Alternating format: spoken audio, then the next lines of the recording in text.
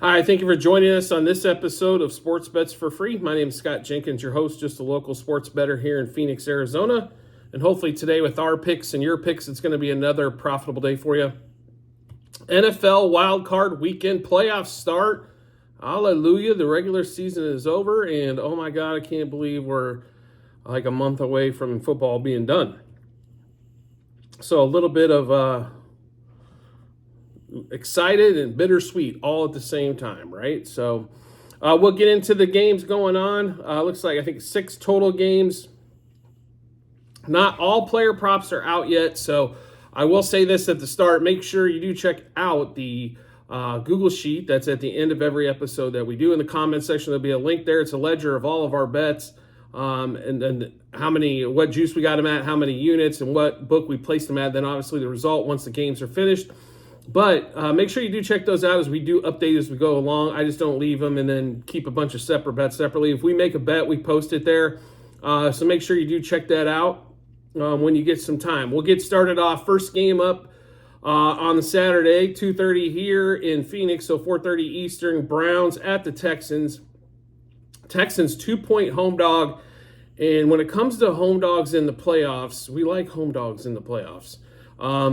I think almost everybody should. I think it's hard to win a road playoff game, period. It's hard to win a home playoff game, let alone a road playoff game. So there would be a couple home dogs that were on both of those home dogs. So weather not a problem in Houston, like there will be in a couple other matchups. So should be pretty interesting here. Browns, here's one thing for the Browns to kind of keep in retrospect.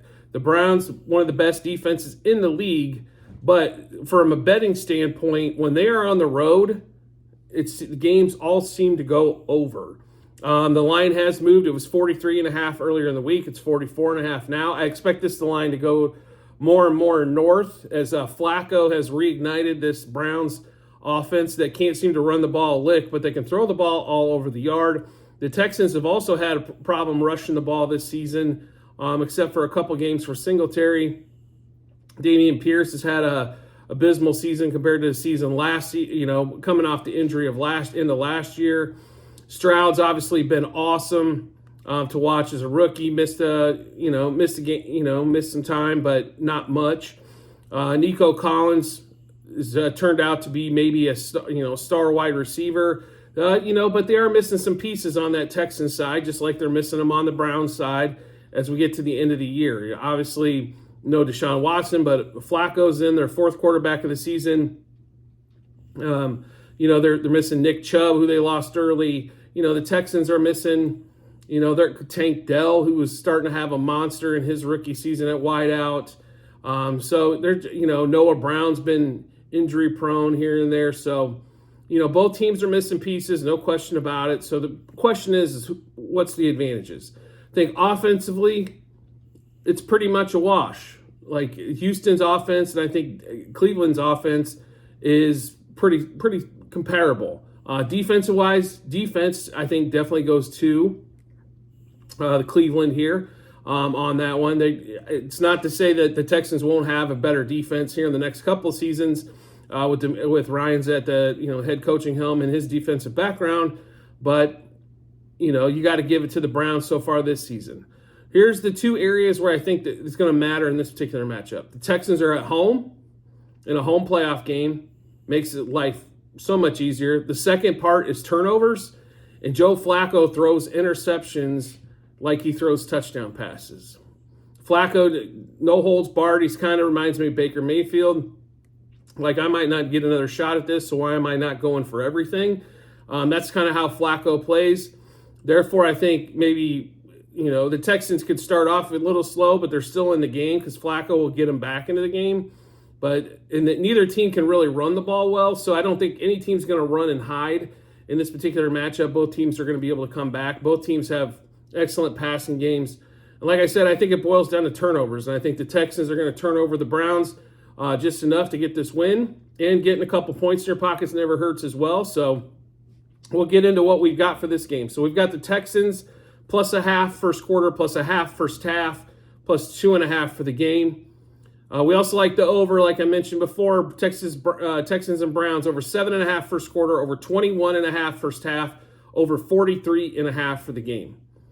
C.J. Stroud over 242.5 pass yards. Flacco over 268.5 pass yards. And I mentioned before, Joe Flacco interception. David Njoku over 55.5 receiving yards. Devin Singletary under 64.5 rush yards. I don't know where they thought he was going to run for 60-plus yards. But we do like Devin Singletary to get an anytime touchdown. Nico Collins over 5.5 receptions and over 74.5 yards. Texans over 21.5 team total, over 9.5 team total first half, and over 2.5 touchdowns. So quite a few plays here, so we'll run through those again. So Texans plus a half first quarter, plus a half first half, plus 2.5 for the game. We like the over 7.5 first quarter, over 21.5 first half, over 43.5 for total for the game. C.J. Stroud over 242.5 pass yards. Flacco over 268.5 pass yards. Flacco to throw a pick. Njoku over 55.5 receiving yards. Devin Singletary under 64.5 rush yards. Nico Collins over 5.5 receptions and over 74.5 receiving yards. I don't think he's going for 9 for 190 again, but 7 catches for 80-plus yards, definitely in the cards there. Devin Singletary, anytime touchdown. Texans over 9.5 team total first half, over 21.5 team total for the game, and over 2.5 touchdowns.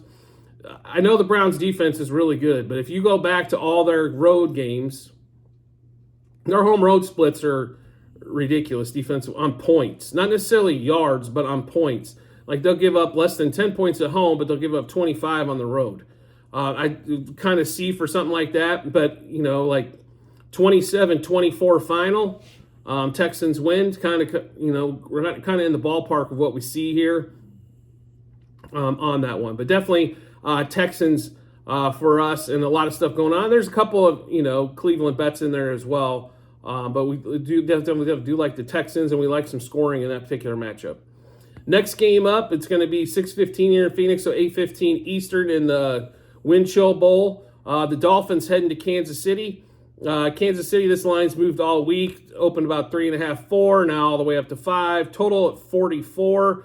This thing did open 44.5. I can't believe with the wind chills that are expected in the wind gusts that this line hasn't just plummeted on the total.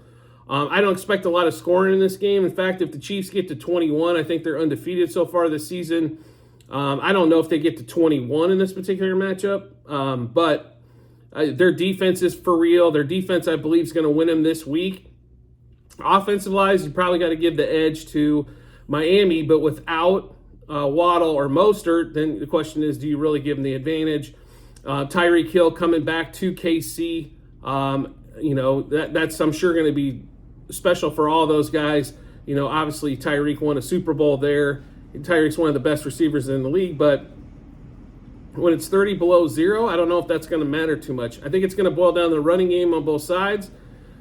And the running game, I think, they're pretty equal. The big difference here is going to be home field advantage. We think the Chiefs are going to win. We don't necessarily like the line. I think it come down to a field goal, but 30 to 40 below zero with the wind chills just sounds miserable. So I expect a quick game, put it to you that way, and the under.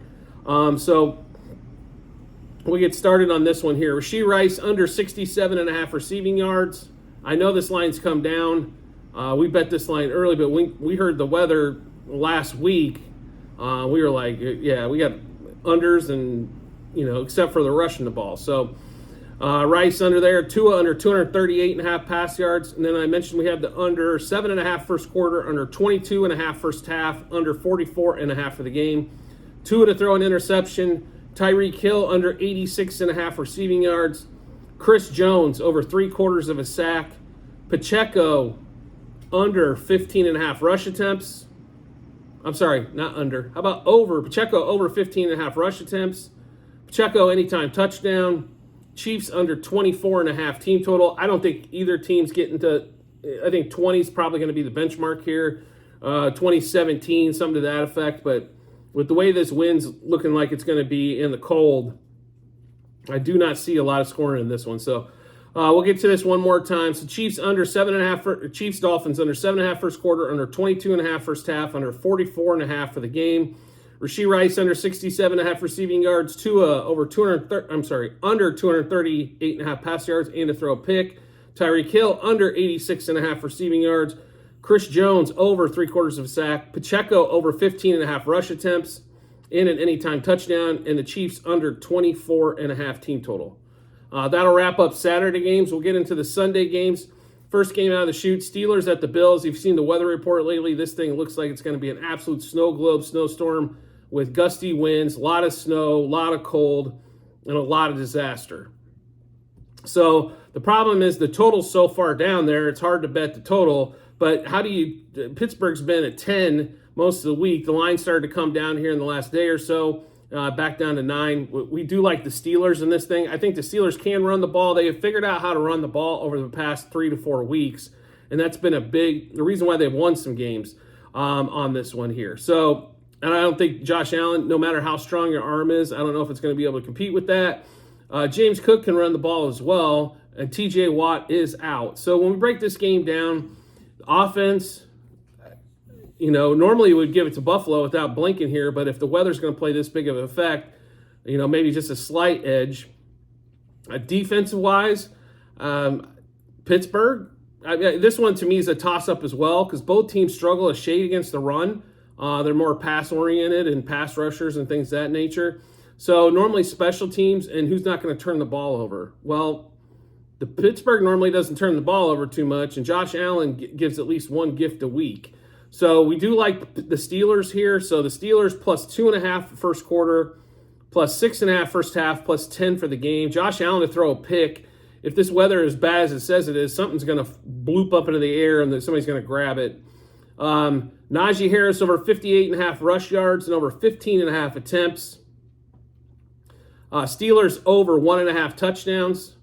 So need 2 touchdowns. Najee Harris anytime touchdown, and that was going off at like plus 230 as of yesterday, so make sure you check that one out as well. Steelers over 6.5 team total first half and over 12.5 team total for the game, so 1 touchdown a half would be big. And then the Bills under 22.5 team total. Basically the way they've got it set up right now, it's like 22-12 is kind of where the number comes in.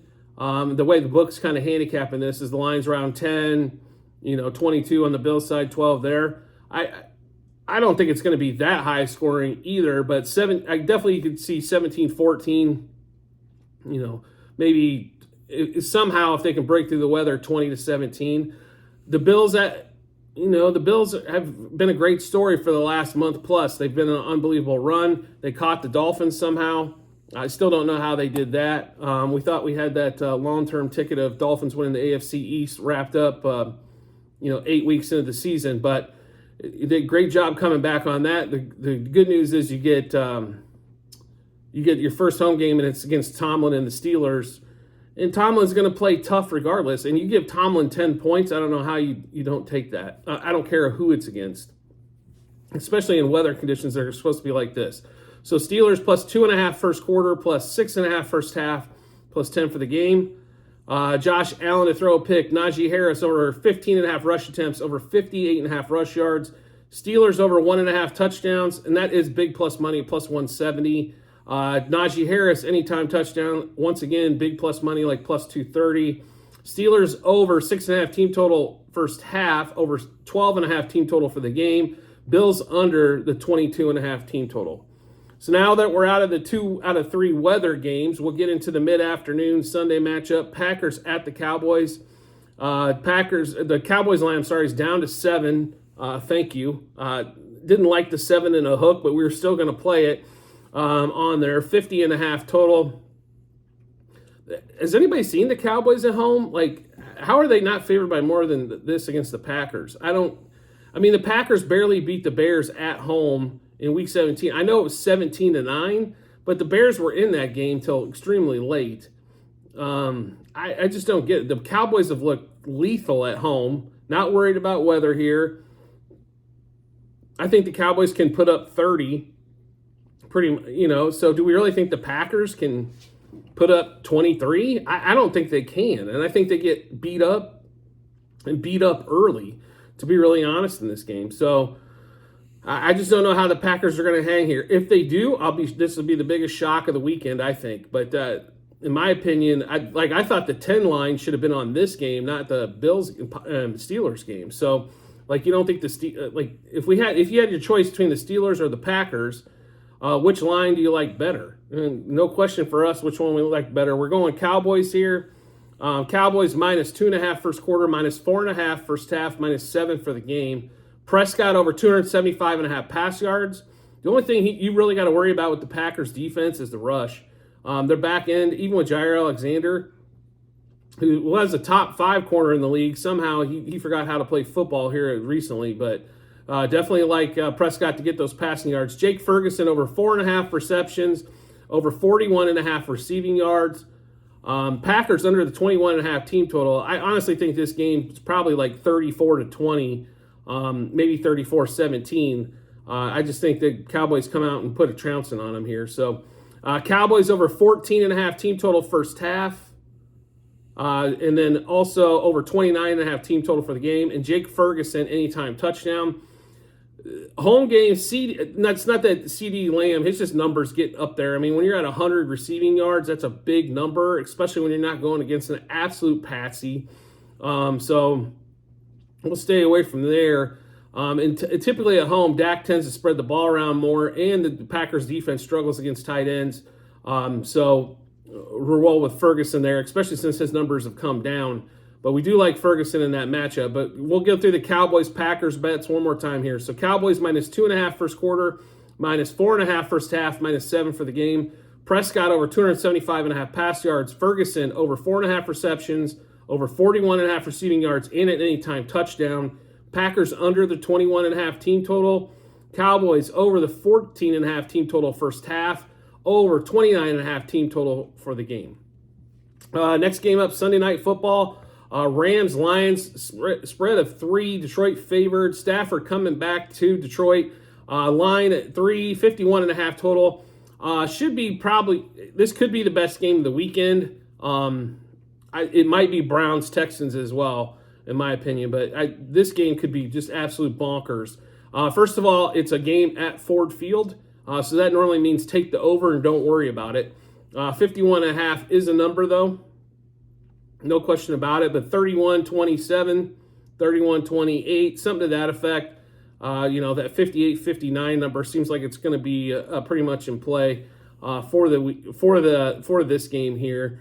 So Lions defensively and the Rams defensively, pretty much you could call it a wash. The Rams have played, they give up some deep shots. The Lions have some issues in the back end of the defense as well. Offensively, both teams can run the ball extremely well. The better offensive lines with Detroit. Quarterback, who would you rather have? Give a slight lean to Stafford, but I don't think Goff's been horrible whatsoever. He's had some piss-poor games, no question about it, but most of the time he's pretty solid. Laporta being out does hurt. A couple, maybe, Amon-Ra St. Brown has been the better receiver, or the best receiver for the Lions. Puka Nacua has been the best receiver for the Rams this season, and Cooper Kupp's there, which is always dangerous. So there's that, but you got the two-headed monster running backs with the Lions, and then you got Kyron Williams with the Rams. So, but the defensive front, I think, is a little bit better for the Lions on that retrospect, even though Aaron Donald's on the other side. So should be, like I said, pretty well-contested game. I think both offenses will be able to move the ball pretty easily, going up and down the field. Expect a track meet, expect a lot of action, and that's what we're playing here is a lot of action. So Rams, Lions over 9.5 total first quarter, over 26.5 total first half, over 51.5 for the game. Kyron Williams over 88.5 rush yards. I know we took this early in the week. And I know it's come down, so make sure you take advantage of that. Goff to throw a pick and Stafford to throw a pick. Now, I think we'll hit both of these, but it would not shock me if it's just Stafford to throw a pick. But I think both guys are going to be slinging the ball, and picks are going to be available. Demarcus Robinson for the Rams, over 3.5 receptions, over 40.5 receiving yards. If they spend most of their concentration on Kupp and Nacua like they probably will, that leaves Demarcus Robinson open quite a bit. Being a Chiefs fan, I can't believe I'm betting on Demarcus Robinson as well, because the start of his career, the only thing I would have bet on him to catch a cold. But he has shown up as of late, multiple weeks in a row.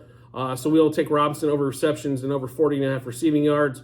Jahmyr Gibbs, I think, is a big difference maker out of the backfield. His speed is electric. So we're going over 52.5 rush yards with him and an anytime touchdown. And the Lions over 13.5 team total first half and over 27.5 team total for the game. I think the Lions are the ones that get into the 30s here.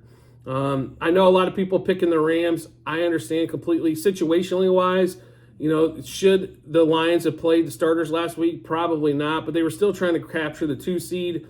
And Campbell's a little bit of a wild card. Maybe he'll go for it on 4th and 3 on his own, 25-yard line and give it up and give the Rams an easy score. I think maybe he tames it down just a shade this week after hearing all the grief about Laporta getting hurt, and then the Cowboys game from a few weeks ago when he kept going for it on 2, even though he could have just, after the penalty, just kicked the damn extra point. Let's move on with life and see if we can win this thing in overtime. But I'm telling you what, the Lions have been good all year. I think the story continues. Now, does the story continue past this week? I mean, past next week? I don't believe that they can beat it would be going against the Cowboys more than likely. I don't think it's going to be that, but you never quite know. But I think they got a grip on this week. I don't know, it could be a small win too, 29-28 wouldn't surprise me, some weird combination like that, or 30-27, and it's just a push on the number. But I think the Lions have got it figured out enough to compete with the Rams. Like I said, the Rams have been a great story. Didn't expect them to get to 10 wins. I think that shocked almost everybody, but they have played, they earned their right here, and Stafford going back to Detroit is definitely newsworthy, right? So we'll give you those Rams-Lions picks one more time. So Rams-Lions over 9.5 first quarter, over 26.5 first half, over 51.5 for the game. Kyren Williams over 88.5 rush yards. Goff, interception. Stafford, interception. Demarcus Robinson over 3.5 receptions and over 40.5 receiving yards. Jahmyr Gibbs over 52.5 rush yards and an anytime touchdown. Lions over 13.5 team total first half and over 27.5 team total. Now we'll get to the last game of Wildcard Weekend, Monday Night Spectacular. We have a home dog on Monday Night Alert. Bucks, Eagles coming to town. Eagles favored by 3 somehow. I'm not exactly sure how. The line opened at 2.5 and moved to 3. I thought it was going to go the other way, so once I saw 3, hopped on immediately. But we do like the Bucks here at home. Big reason, at home, getting points. And Eagles have looked like trash for a while. I don't know what else to tell you. The defense for the Eagles is a lot worse than what we anticipated. It was covered up last year, I think, by that spectacular offense. And the offense is not spectacular going on right now. So we are going to take the way that the Eagles can move the ball quite a bit is running the ball. That's one thing that's hard to do against the Bucks. So if you break it down, Bucks defense way better. Eagles offense against the Bucks offense lately has been a wash. And coaching wise, I like Bowles over Sirianni. So on that one there, so Bucks plus a half first quarter, plus 1.5 first half, plus 3 for the game. Eagles under the 23.5 team total. Evans over 67.5 receiving yards. And then we think Baker's going to have a day, over 21.5 completions and over 33.5 attempts. The Bucks over their 9.5 team total first half and over 20.5 team total for the game. And there's not a ton of player props out on this one because the Eagles stuff isn't out yet. So this is another great example of why to check the Google Sheets for all of our bets. So Bucks plus a half first quarter, plus 1.5 first half, plus 3 for the game. Eagles under 23.5 team total. Evans over 67.5 receiving yards. Baker over 21.5 pass completions and over 33 pass attempts. Bucks over 20.5 team total and over 9.5 team total first half. Like I mentioned multiple times before, Google Sheet at the end of the episode. In the comments section, there'll be a link there. That's a ledger of all of our bets, what juice we got that at, how many units, and what book we place them at, then obviously the result. We've had a great football season, up over 2,400 units before we get into the NFL playoffs, and we expect to be adding to that total by the time we're done here with the Super Bowl. If you're into basketball as well, there's obviously a bunch of basketball going on, NBA college-wise. Feel free to check those out. You'll see 4 tabs at the bottom of the sheet. It's football from last year, baseball from this year, football, and then basketball. And we'll just keep adding those sheets as we go along. So feel free to check those out when you got some time. And as always, if you could subscribe and get notifications to the YouTube channel, so when we drop our bets, you get those first. Makes life really simple. Once you subscribe and turn those notifications on, you'll get a notification to your phone or device, let you know Sports Bets for Free has dropped a new episode with new bets, and give you plenty of time to match them up with your bets and give you that ton of confidence you need heading to the betting app or betting window. I do appreciate everybody's support as always, and I look forward to seeing you on the next episode.